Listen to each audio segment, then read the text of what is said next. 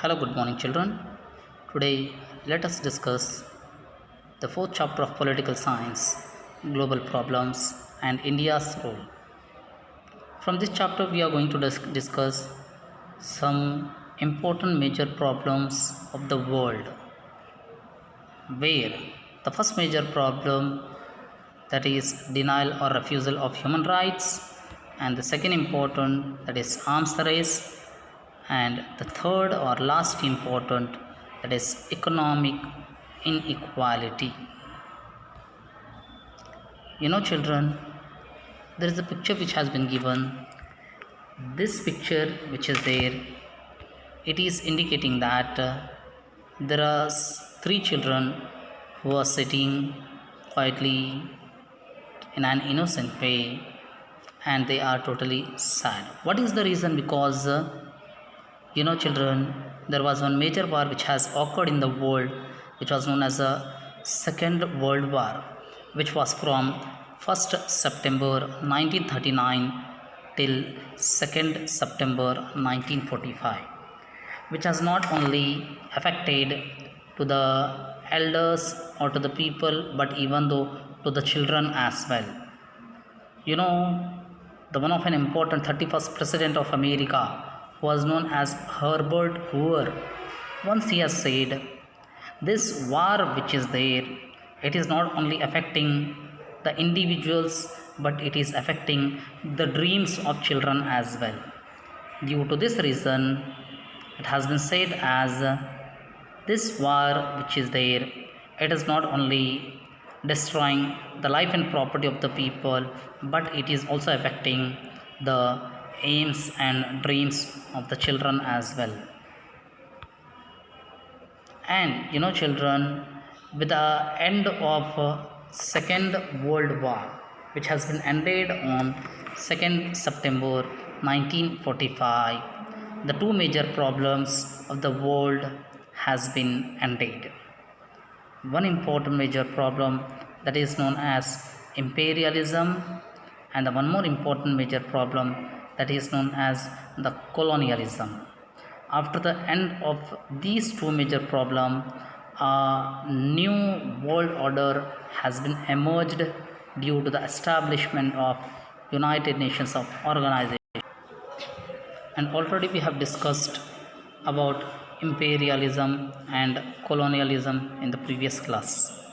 What is meant by imperialism? I told you, imperialism is nothing but one sovereign country will try to rule on another sovereign country for their personal gains.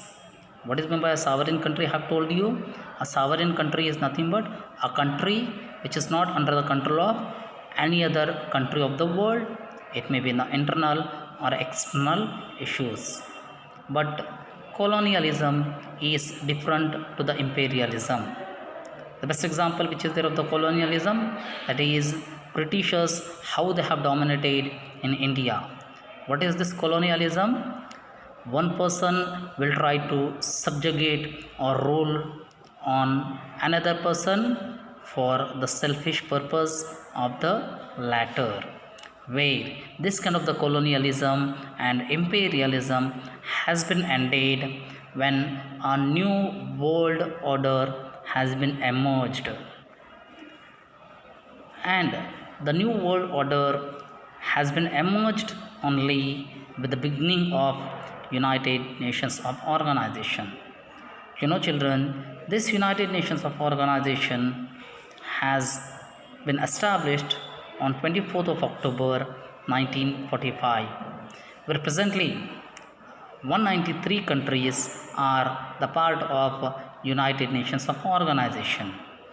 Among them, 5 countries of the world are being powerful, who has been given the veto power by UNO.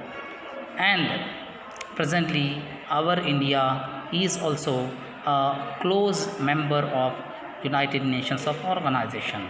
But this UNO, which is the children, it is always striving a lot to maintain peace and to remove each and every major problem whatever is there in the world. And Along with these major problems, there are some other major problems as well which are still existed in the world. Those are known as human rights, arms race, economic inequality, and apartheid policy as well. There are many major different kind of the problems still which are existed in the world, where about this we are going to learn it one by one.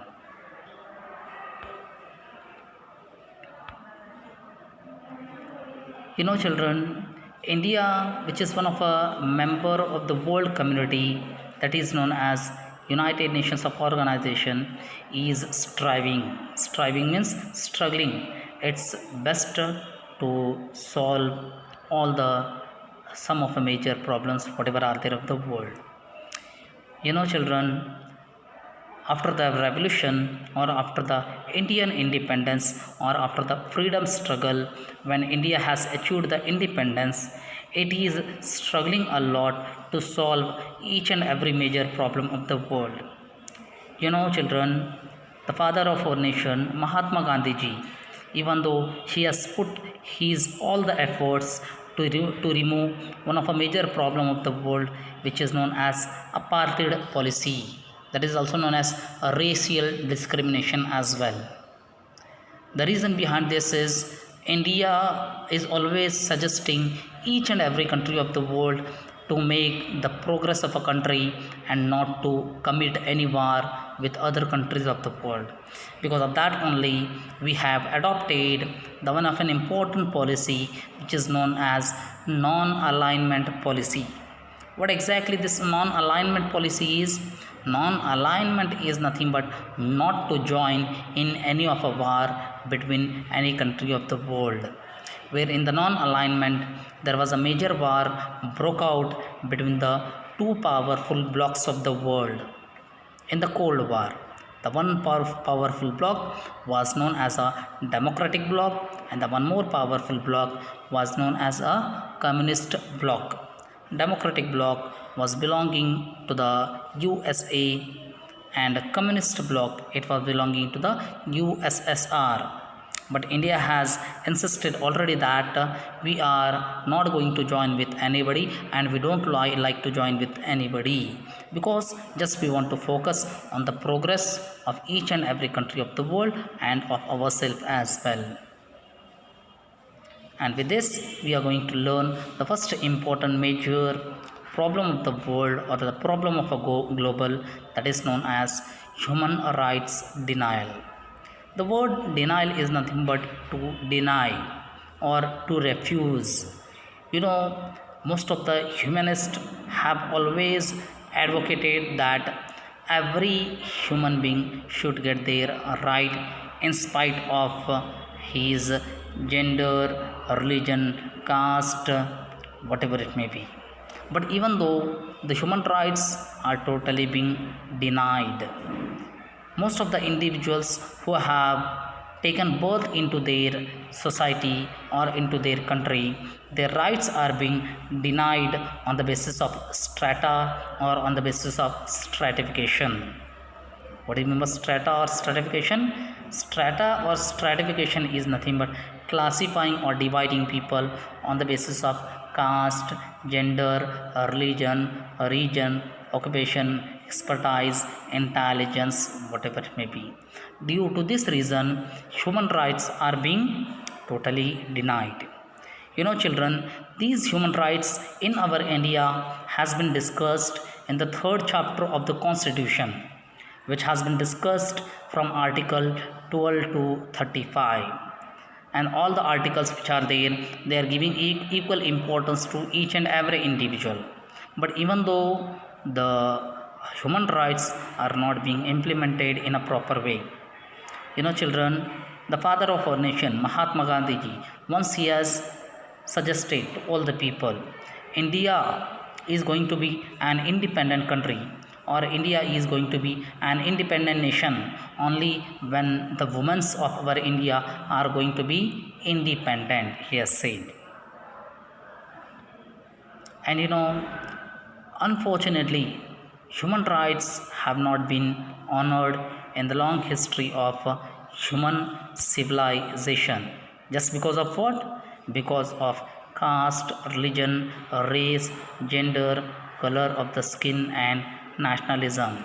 Human rights have been totally denied to many people throughout the country because of what I told you just now, because of the stratification. Those are the things which are being where the people are being classified on the basis of caste, religion, race. What do you mean by race? Race is nothing but the people who are belonging to the different skin color or hair. Where to remove this kind of a racial problem from the world, the one of an important individual from the South Africa has put a lot of strife or struggle, who was known as Nelson Mandela, who was also known as an African Gandhi as well.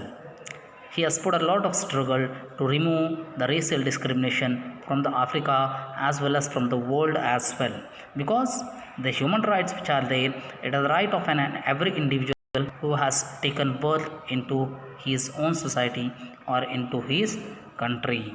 But even though unfortunately human rights in each and every country is being denied just because of the strata.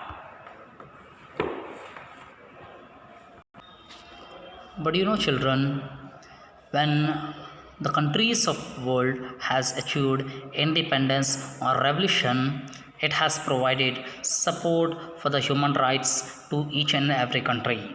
Because when there was imperialism and colonialism, this imperialism and colonialism has affected the rights of each and every individual.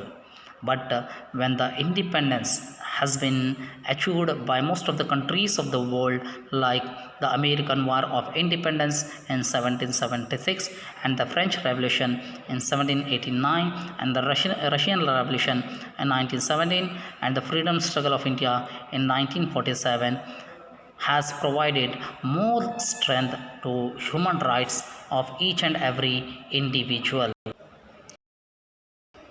And hence, children, the Universal Declaration of Human Rights is considered as one of an important major event in the world history, where the human rights has been declared by the General Assembly of UNO, which is known as the Parliament of UNO, in its body meeting, where this human rights has been declared by General Assembly on December 10th, 1948. Since then, every year we are celebrating the Human Rights Day, that is on 10th of December itself.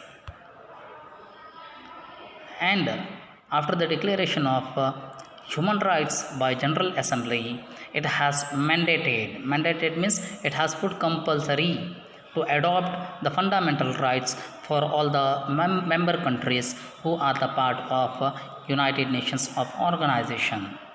Because of what? Because in order to facilitate better implementation of human rights, so to facilitate or to help for the proper implementation of human rights, United Nations of organization has provided 30 guidelines in regard to the declaration of human rights.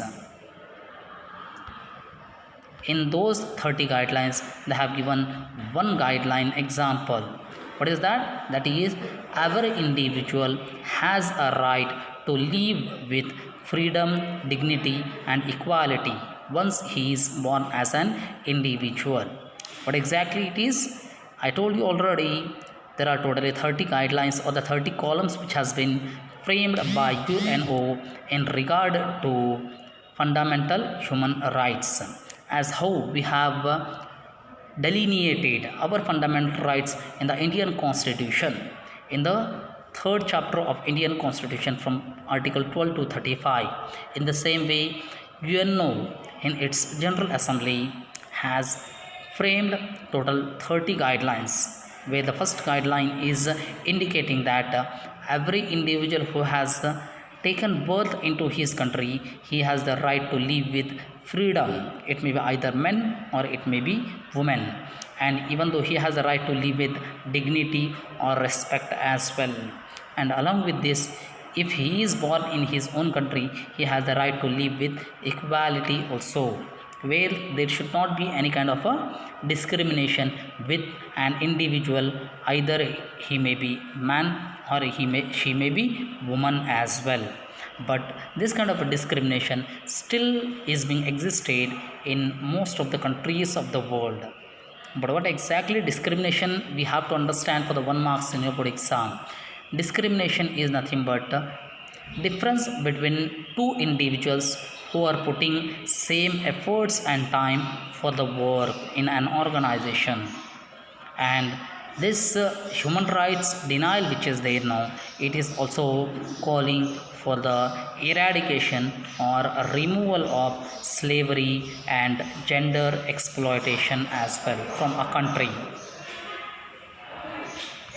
And human rights which is denial which is there, it has also been advocated in our Indian constitution in the third part or third chapter of the constitution. From article 12 to 35 it has been discussed. So for the detailed information, you can check in the image which has been given about right to equality, a right to freedom, and a right against exploitation, a right to freedom of religion, right to cultural and education, and right to constitutional remedy. And India always one of an important country of the world which is always maintaining peace in each and every country of the world, has been advocating for the better human rights implementation in all the meetings which are being held by UNO. And children, in the year 1966 there was a conference which has been held by UNO. And this conference has been held for the purpose of commitment of member countries for the compulsory or mandatory implementation of human rights. This conference has been held in order to monitor the human rights in a proper way. And with this conference, there were some commission which has been formed. The one important commission which has been formed, which is known as National Commission for Human Rights. And the one more important commission which has been formed, that is known as National Commission for Women. And the one more important which is there, that is known as NCSC, that is known as National Commission for Scheduled Caste. And the one more important is NCST, which is known as National Commission for Scheduled Tribe. And the one more which is there, that is known as National Backward Class Commission. In this way, in order to monitor all the fundamental rights of each and every individual, the commissions has been formed to overlook whether the human rights have been granted in accordance or not. And along with this, there is a state commission which has also been formed in our Karnataka as well.